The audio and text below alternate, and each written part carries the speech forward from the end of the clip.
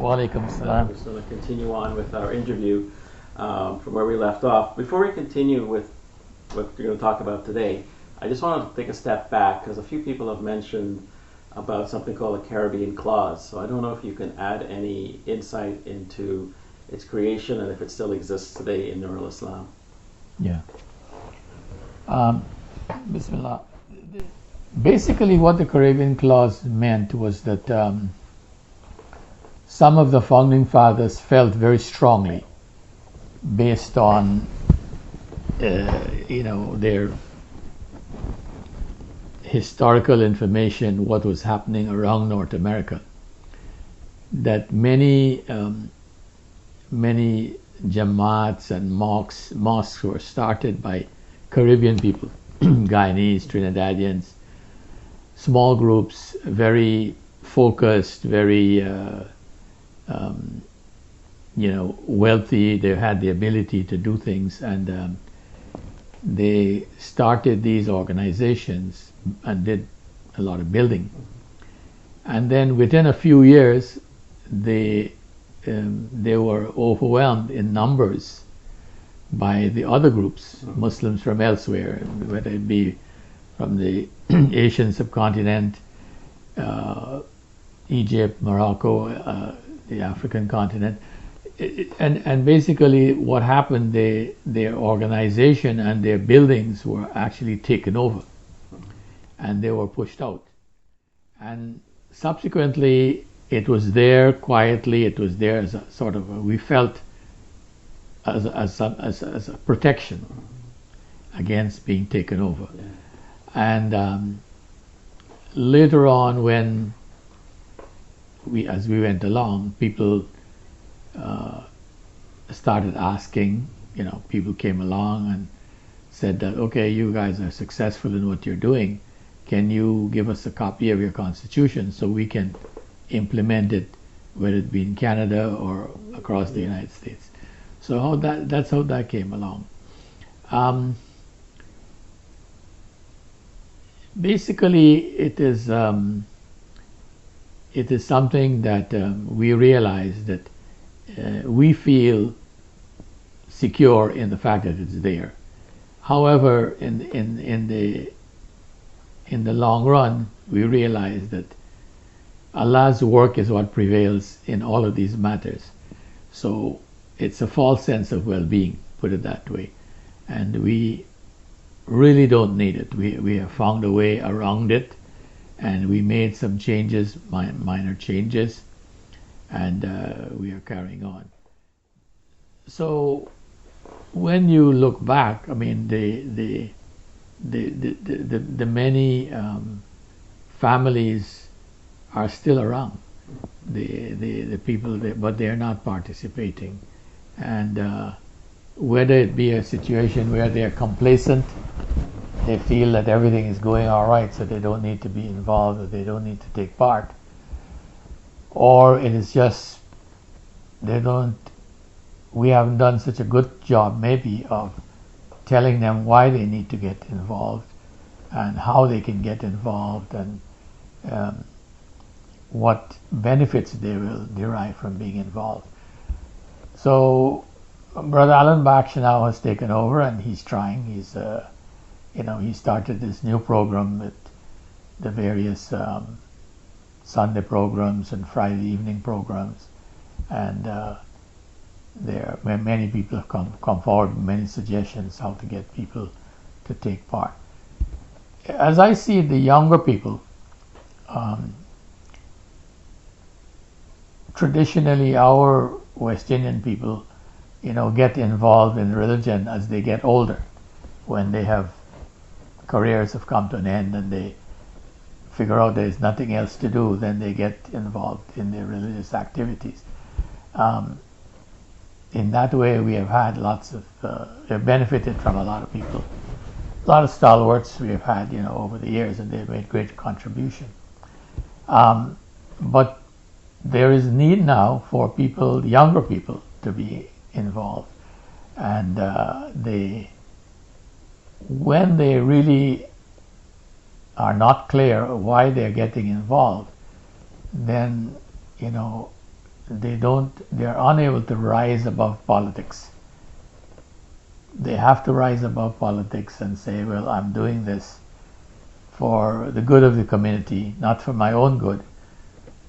Nobody is going to come and pat you on the back and say, brother, you've done a good job. Mm-hmm. If you're looking for that, then that's not, you shouldn't look forward to getting. But if you want to do something that is in the interest of your community and for your hereafter, then that's where you should get involved and bend a little bit, take a little pain. The other factor is that people have to understand that when you join these organizations, it's not my way or the highway. Yeah. It's a group decision. Once the group makes a decision, you support that decision. You don't try to undercut it or have an undercurrent, So that's very important. And I recognize that from an early time that people would, in fact, when we started our first executive, we had a discussion, and we made all discussions at an executive or trustee level were privileged information. Mm-hmm. Not that it was secret, but that you were sworn to some sort of privacy. And we found that worked out a lot better. In fact, some people were removed from the executive because of that. Oh. We were able to figure out who was letting out things that were happening. And because when people don't know the whole story and they get a little part of the story, then they blow it out of proportion. And that was very, very bad for planning and going forward. So we noted that situation. I want over the years to recognize during my time in Nur Islam many individuals who were very instrumental. One was, as we discussed earlier, this Yusuf Mohammed, who was extremely instrumental in putting together the Constitution, in putting together the school, getting us accredited. He spent 5 or 6 years of his life totally dedicated, doing nothing else but getting the school to the level where it was fully accredited by the Florida Council of Independent Schools. In fact, what will take normally 4 or 5 years, we were told we got it done in less than 2 years. Yeah. And we had lots of issues there because many of the religious people felt that we didn't need to have an accredited school. And I don't think they really understood what accreditation was. What accreditation was necessary for us to be recognized by the colleges and get our students admitted. We also needed to be recognized that our students can get scholarships. So in that term, we were the beneficiary of a lot of fringe benefits from the accreditation process. We had many non-Muslims who helped us in that whole accreditation process. Many neighboring in here in Cooper City and its surrounding areas, we had lots of people who helped us to get the accreditation. We had people from northern Florida who helped us. Tampa, Jacksonville, people came down. We gave them contracts. We paid them. We made agreements with them to help us, and they were very enthusiastic because we were the first Islamic school in the state of Florida to be accredited and to be members of the Florida Council of Independent Schools. After we became accredited, Yusuf Mohammed and Dr. Kem Hussein and others we went around to the other areas, Tampa and all the other areas, helping them to get up to the accreditation level to which they were, and most of them now have been accredited also. So accreditation meant a lot. So Yusuf Muhammad and Brother Alan Baksh was also very instrumental in that. He did a lot of work on in the financial end of it. Earlier on, we had people who, academics like Dr. Moise Tapia, who was professor at the University of Miami. We had Mufti Hassan, who came into the area from India. We had Imam Hassan Sabri, Imam Rayad from Pompano. So there were lots of people. Our Imams, especially Ustad Beg, Hamid Beg, who was from South Africa, Dr. Bihari, who was a cardiologist here. I recruited Dr. Bihari as a partner in my practice in the early 80s. So there were many people who contributed their expertise and their ideas to the organizations. And we recognized that we had to go beyond our little core group of people to get the big ideas to build an organization that we felt that would be accepting of all comers. So our organization, we were able, when we got to a certain stage, we were so strong within our belief system and our confidence that we were able to bring in people from outside of the Caribbean who had expertise and who were like-minded as we were. One very important strategic decision we made somewhere in the late 90s was that after we had lost the land along Sterling Road, we got together and we said we should not, the land, what we call the nursery property, opposite to us on 59th Street, was on sale for a long time. It was not selling. And we decided to go over and negotiate with the people. And then we realized that the church was also negotiating with them. And we quickly made an offer to the people. They accepted it. And we bought that property. And I put some of the funds, Brother Nadir Khan put some of the funds, Brother Inshan put some of the funds. Brother Inshan unfortunately went to Pakistan for a kidney transplant and never came back. He passed away there in Pakistan.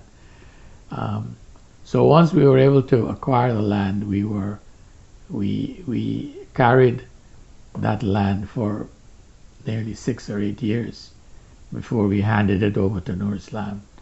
And in the meantime, the value of that land escalated in value to the point where I don't think today we will be able to purchase that land.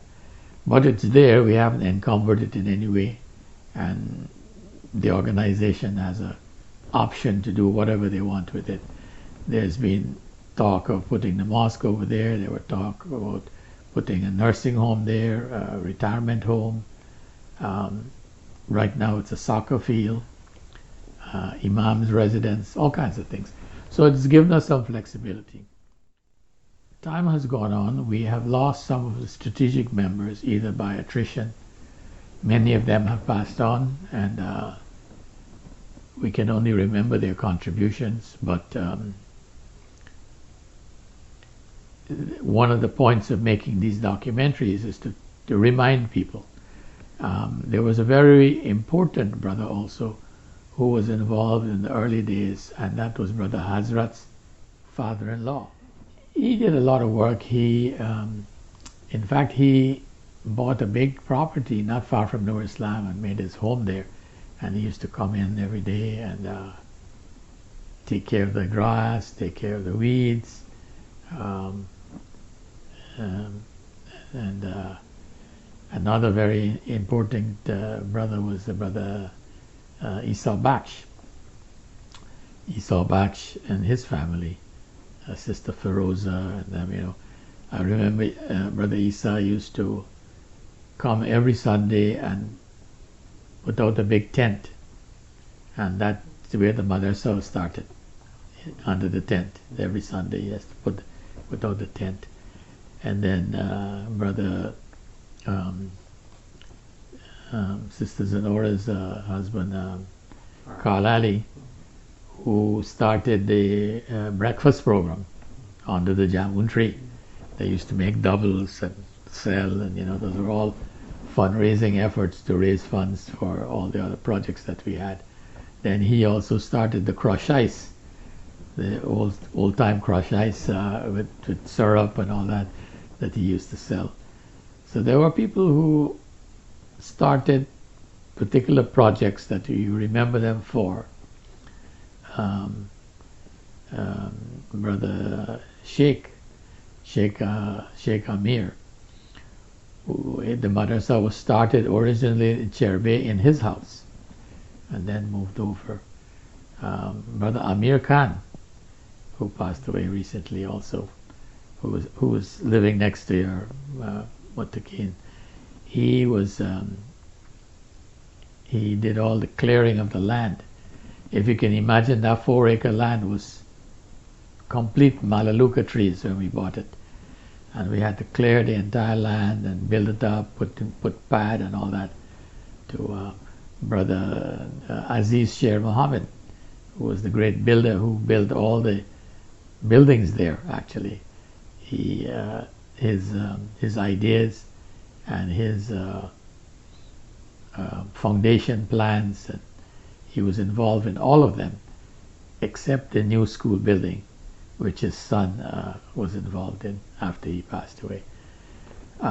He had many photographs and drawings that he has, which inshallah we will use for the prototype of the masjid. He had a design what he wanted it to look like. So there were people who came in with their ideas, and they made a contribution, and we were able to engage them and make things work. I remember Brother Aziz will come to the president, be it me or some other president, and say, I want to do this, and we will say, well, how much will it cost? And we say, all right, go ahead. And before you know it, it was, the foundation was there and the blocks were going up, and you were up to the tie beam, and you know, next thing you know, the roof and the rafters were up. So when you have that kind of technical expertise, it made life easy, and you could see that based on the time frame after Brother Aziz passed away. Brother Aziz passed away while we were constructing the hall, and the hall subsequently took us 10 years to construct. The new 2-story high school building took us 5 years. The initial building with the golden dome took us about 2 to 3 years, or a little more. And we had Sister Farida Yassin's husband, Norman Yassin, who made great contributions, financial contributions to that, because we didn't have a lot of people contributing a lot of big financial money, and we were a small group. We were not able to raise that much money fast to make things happen. But he came in and he was matching our funds. Whatever we raised, he would match it from his foundation, and that kept us going. We started praying in that building when it was only the foundation. We continued to pray when there were no windows and doors. And I remember, I think Eid time had come around, and we put up our tent, and we had the member and all that constructed. So we were really adding to the buildings and using tents and all kinds of things. But we had great participation at that time, because we had all the people, all the Muslims who came to South Florida and gravitated towards the organization were viable members. One of the in retrospect, when you look back, one of the great injurious things that happened to the organization is when there was a split, and when that split occurred, it splintered. Most of our membership went here, there, and everywhere, and we had limited membership to do limited activities, but everybody survived, and everybody went forth and did whatever they felt that was in the best interest of what they wanted to do. And today, they're all successful, and all more Muslims came into the area, and diverse organizations. There were people who, especially the Indian and Pakistani members that came to South Florida, they were mostly professional people, and they were able to fund their organizations. Nur Islam organization now is at the kind of we always say Nur Islam is at the crossroads. And in the 90s we said it was this crossroads, and we went on, we crossed the road and we went on. But I think now the critical thing is participation. If we can get people to participate, be it Caribbean or non-Caribbean people, the organization will not be successful. And when you look back around the world, and Allah has blessed me to be able to travel all around the world and see many, many great places and civilizations, and you see that if you don't have the people who are participating and taking part and taking the organization planning to the next level and the next level, then it just suddenly dies. This present group of people that are there, that have been there for the last 20 years or more, are really going to be the critical people that have to figure out a way of building the membership and keeping the South Florida group going in such a way that we can we had started in the beginning in the 90s international conferences in which we had invited every year. We took a week or so, 5 days off, and we brought people from all over the country and even from the world to give lectures and talks and things like that. So those are things that we need to continue. We need to I give them a list, which as I told you, I wanted to document here in this way, in some way, the 15 points that I had handed over to the new executive in terms of number one, I said that there's acute need for constitutional amendments.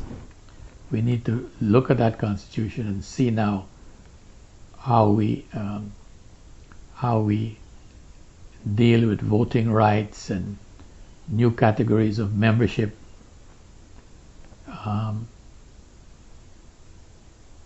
Then secondly, I had about fundraising, that there's a need to reorganize our whole fundraising apparatus to bring it up to the 21st century.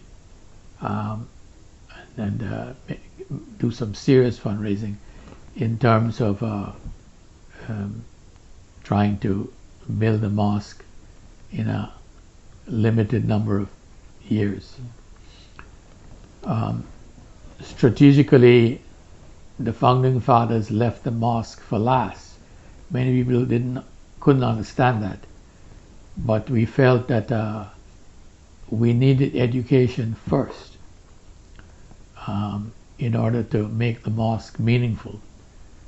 Because we can pray anywhere, but the mosque, as something symbolic, we felt also that the community, being in a community of predominantly Christian community, we felt that leaving the mosque building for the last, it would become difficult for them to block us in any way, because that was the symbol of what we were about.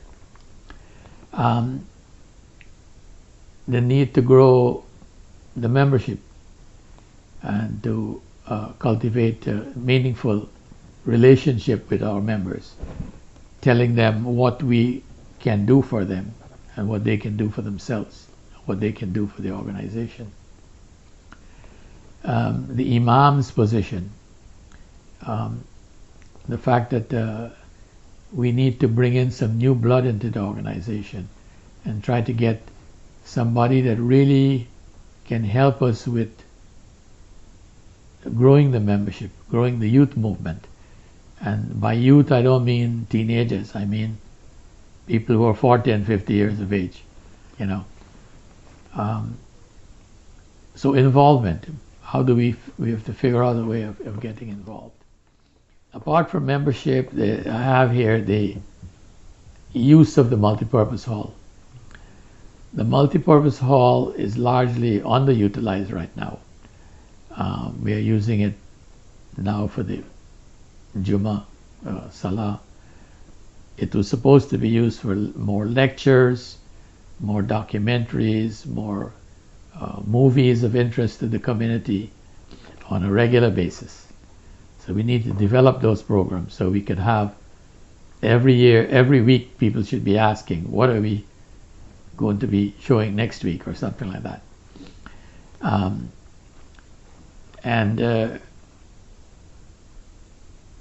They not only to be limited by things that are Islamic, but by bringing things that are of interest to the community, which it could be non-Islamic things to the community.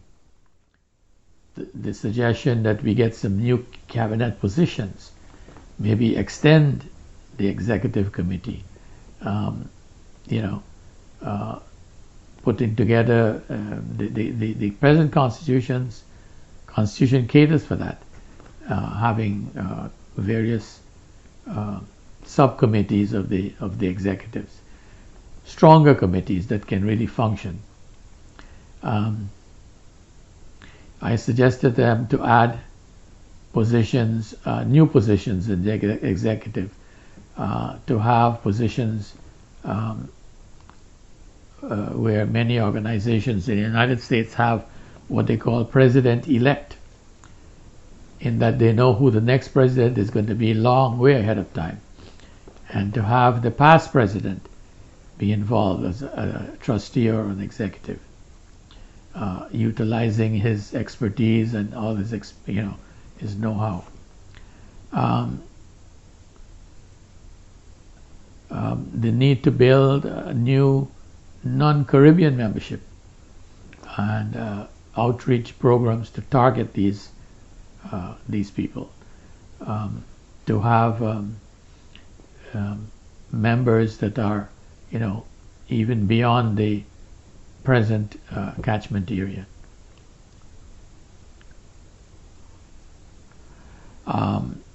Ultimately, the survival of the organization will depend on the building the cooperation, the dedication and commitment is what we need from people.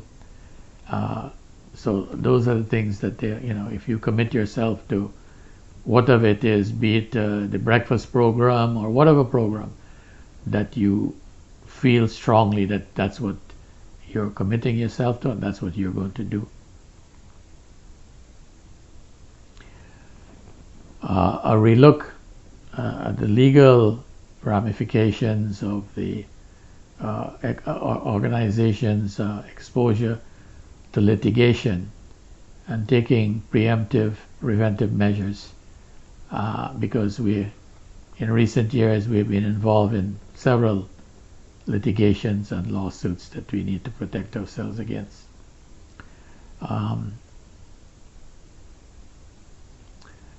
Very important need for somebody at the cabinet level, either at the executive level or the trustee level, to be a bridge and to know what's going on, a bridge to the board of directors of the school. Nur Islam Academy so far has people who are dedicated to the school, but Nur Islam as an organization needs to keep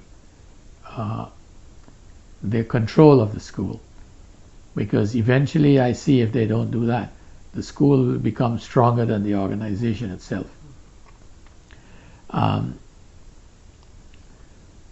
The need to relook at our goals and objectives and see whether we are still on track, or we need to have renewed goals and objectives. And in conclusion, I see that, we needed people to continue to serve selflessly, with compassion, continue to observe the higher ideals of Islam and its belief system. We are living in a time now where there's even a greater need to decipher truth from falsehood.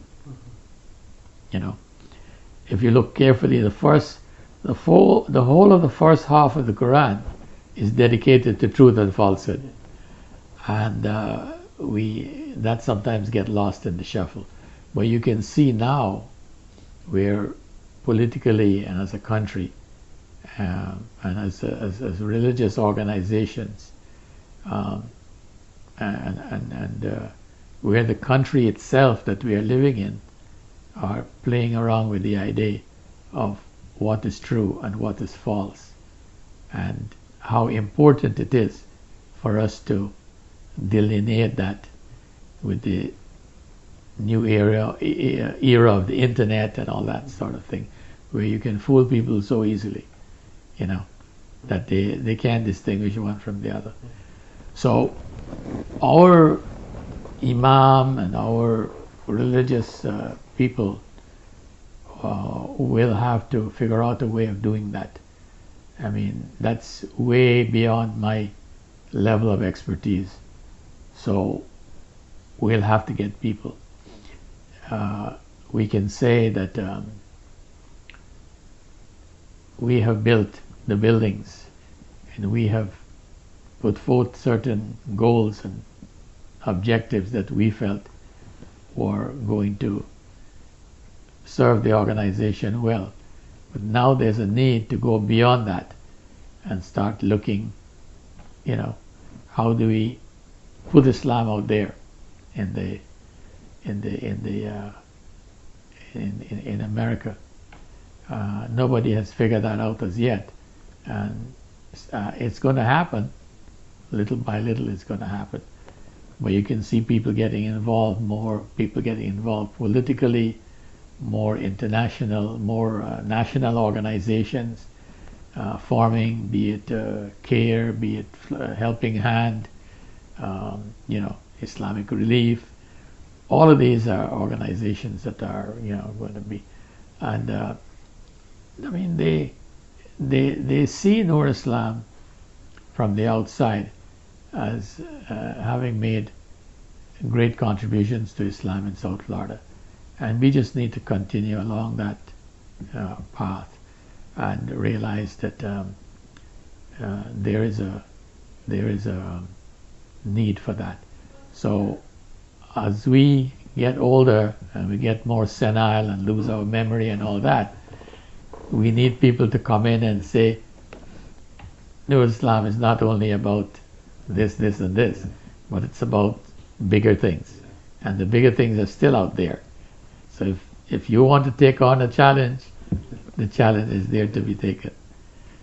So I think that's about what I would like to tell the people, and have them not remember me, but remember Nur Islam and the people that are no longer here, and we will no longer be here eventually also. As we say, nothing is certain but death. Life is for a time, and the time will come when we all have to pass on, and that's a given. So we recognize that, and hopefully this organization, with Allah's help, will go on from strength to strength. Thank you. Assalamu alaikum.